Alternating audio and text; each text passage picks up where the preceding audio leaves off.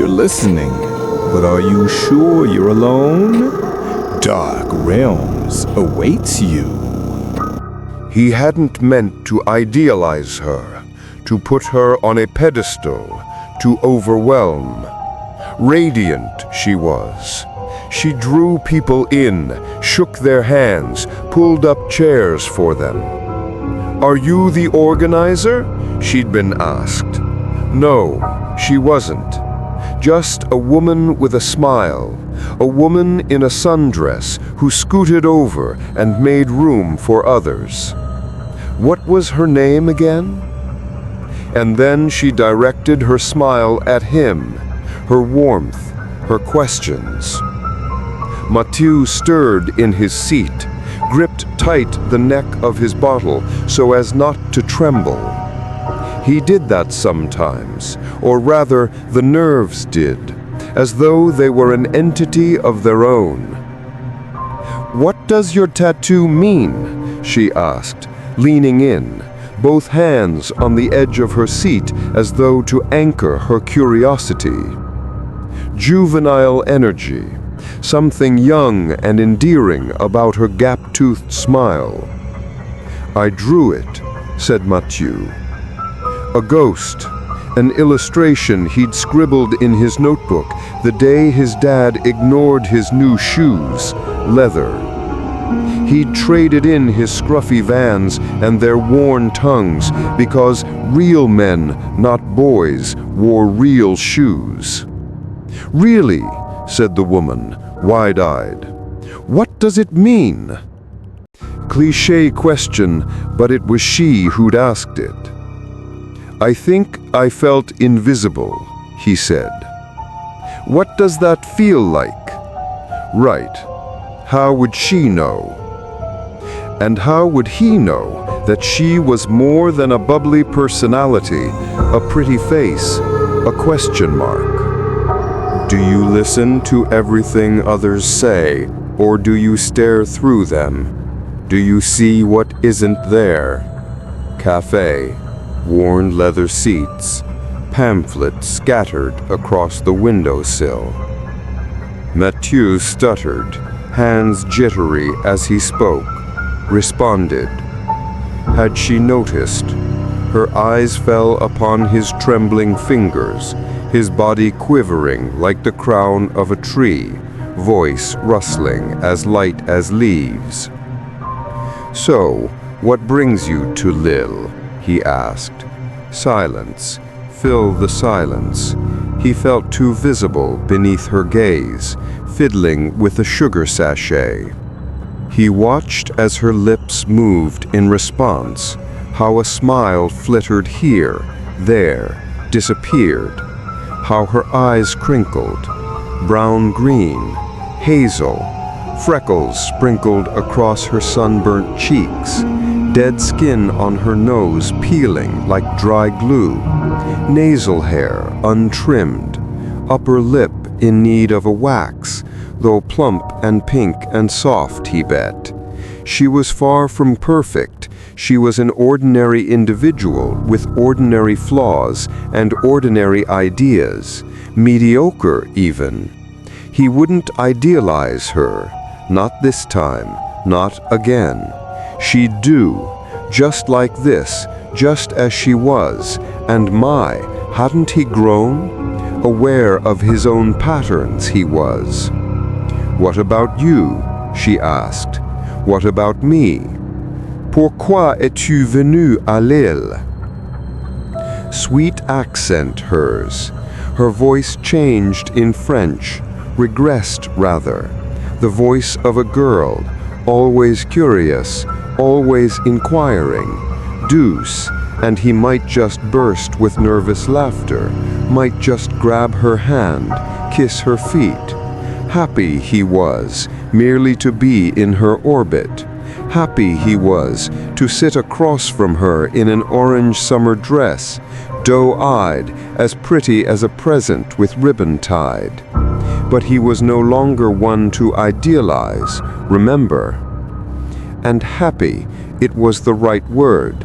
Ordinary, just like him and just like her. At least, That's what he told himself. "But you don't know me," said Nora, head propped up on a pillow. "I know," said Mathieu.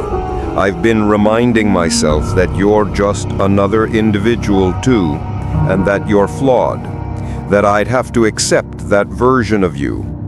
It sounds like you've been thinking a lot about me." "I have. Idealizing me, really. I'm trying not to, hence why I've been thinking about your flaws.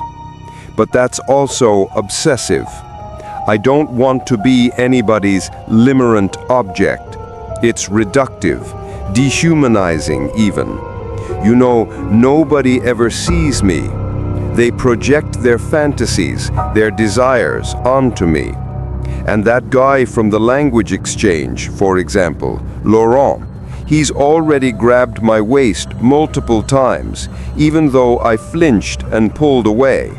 I can't just be, ever, it seems."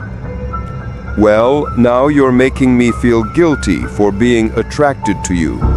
We can go back to being friends if it makes you feel better, but I'm not sure I'd be able to." "Maybe," said Nora, dragging herself out of bed. "Coffee?"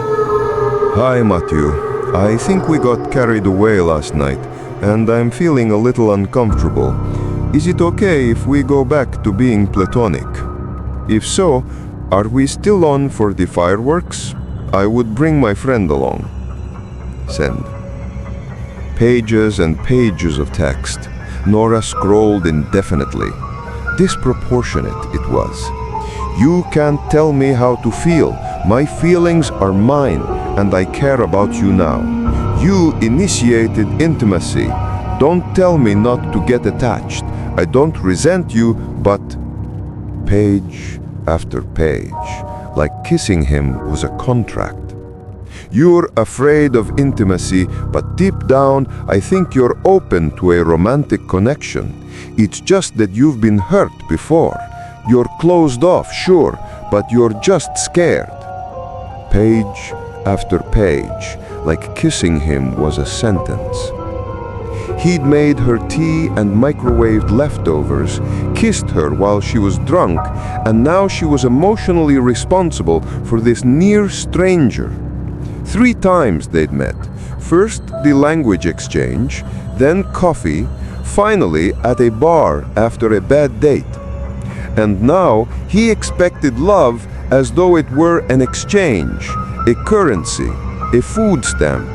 Starving he was, and he devoured the thought of her, licked the bones clean.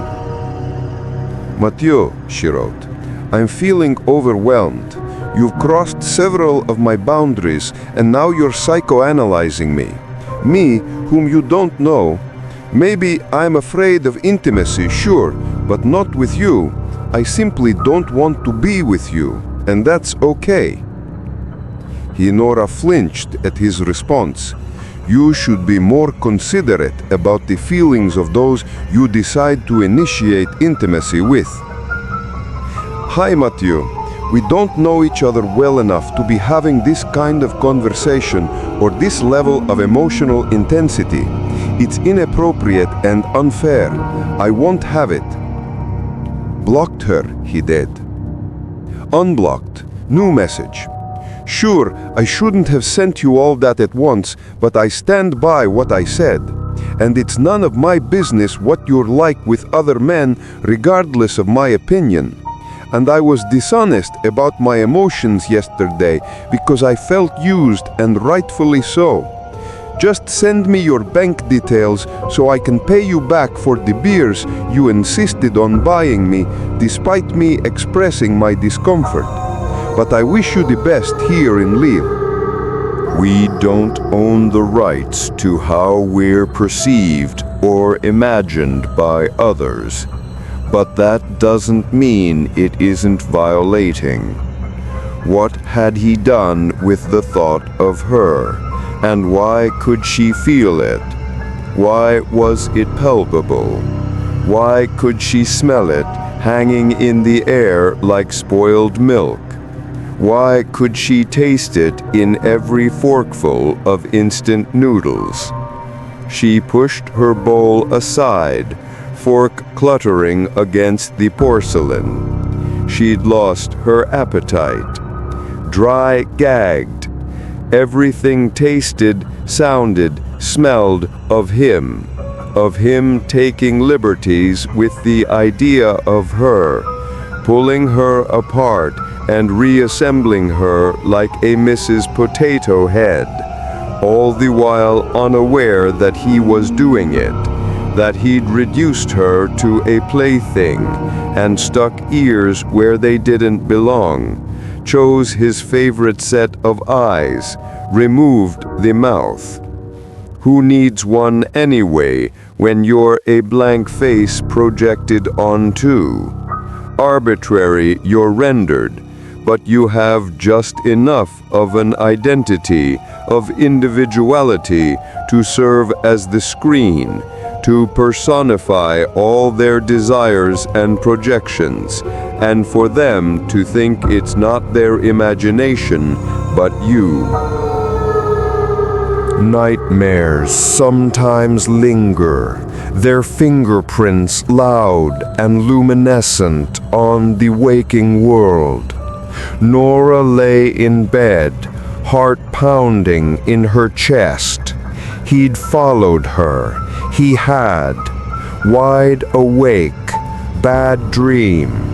And now she rose, afraid she'd find him outside her apartment door or in her stairwell.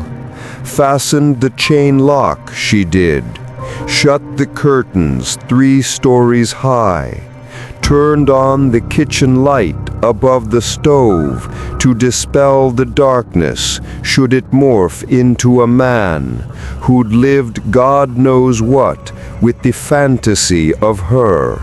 A man who resented her autonomy, her boundaries, her refusal to assume the role he'd cast her in.